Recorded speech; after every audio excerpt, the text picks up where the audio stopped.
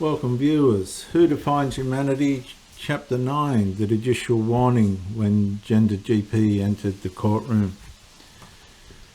The chronology now enters a different room.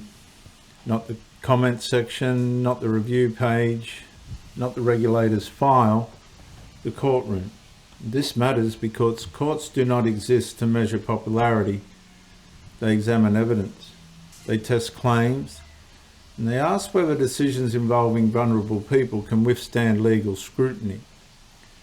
In Re-J Transgender Puberty Blocker and Hormone Replacement Therapy 2024, EWHC 922 FAM, the Family Division of the High Court considered proceedings involving a 16.5-year-old who had assessed testosterone treatment through GenderGP.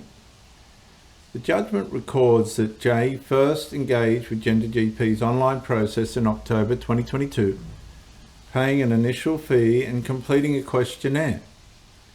By late December 2022, GenderGP informed J and his mother that the appraisal pathway had been completed and a prescription for testosterone was issued.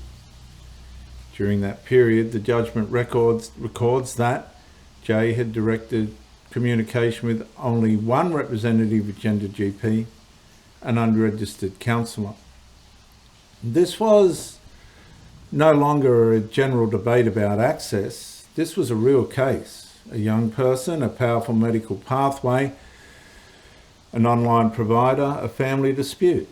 A court forced to examine what had actually happened. The court described GenderGP as an offshore online healthcare resource for transgender patients and noted that its website described it as a worldwide transgender clinic. And that description mattered because the legal concern was not simply whether treatment should ever be available. The concern was whether this pathway had been governed with enough clinical caution. The proceedings raised questions about capacity, consent, cross-sex hormone treatment, and whether the court should intervene to prevent further treatment. The court did not use the case to create sweeping law for every young person under 18. It limited itself to the issues before it. And that restraint matters. The judgment was not a blanket ruling against every patient. It was not a criminal conviction. It was not a universal declaration that every GenderGP's intervention was unsafe. But it did record something that was serious enough. The court was being asked to consider whether a young person had the capacity to consent to cross-hormone via an interim dose prescribed by an unregulated online clinic, GenderGP. That phrase changes the atmosphere of the documentary, unregulated online clinic. That's no longer a language of confidence. That is language of warning. And by this point, the pattern had escalated. Patients had raised operational concerns. Regulators had examined professional practice.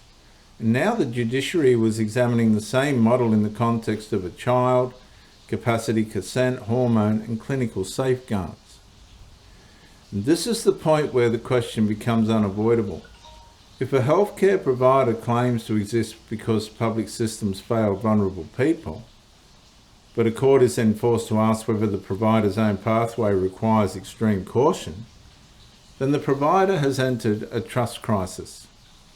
And the irony is severe because GenderGP had presented itself as an answer to institutional failure. But in the courtroom record, the question became whether GenderGP itself had become a source of risk, requiring intervention, caution, and judicial scrutiny. The issue is no longer whether compassion mattered. Of course it mattered. The issue is whether compassion had been disciplined by governance. Because when a young person enters a medical pathway involving cross-sex hormones, the ethical burden cannot be carried by affirmation alone. It must be carried by assessment, documentation, safeguarding, competence, accountability, and the willingness to be examined without hiding behind intention. And that's what the courtroom introduced. Not emotion, not ideology, judicial caution. And once judicial caution entered the record, the documentary could no longer treat GenderGP as merely controversial. It had to treat it as a provider whose model had reached the level of formal legal concern. And the next question therefore becomes devastatingly simple. If patients complain, regulators intervene, and courts warn, what remained of the original promise? Crank the AC to 79 and make a little island right here.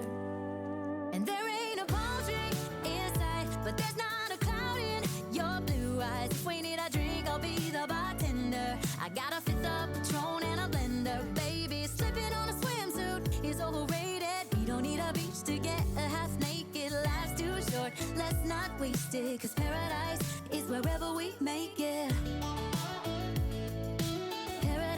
Is wherever we make it.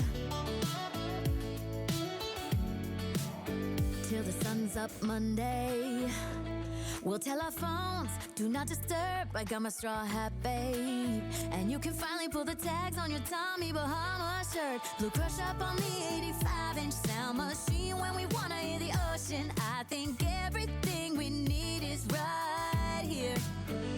And there ain't a palm tree inside, but there's not a cloud in your blue eyes. If we need a drink, I'll be the bartender. I got a fifth of Patron and a blender. Baby, slipping on a swimsuit is overrated. We don't need a beach to get a half naked. Life's too short, let's not waste it, 'cause paradise is wherever we make it.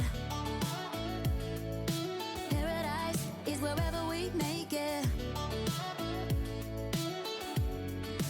Oh, this view of you, it's got everything I need. Yeah, the rooms, they're cheap. And if we don't wanna, we don't ever, ever, ever have to leave.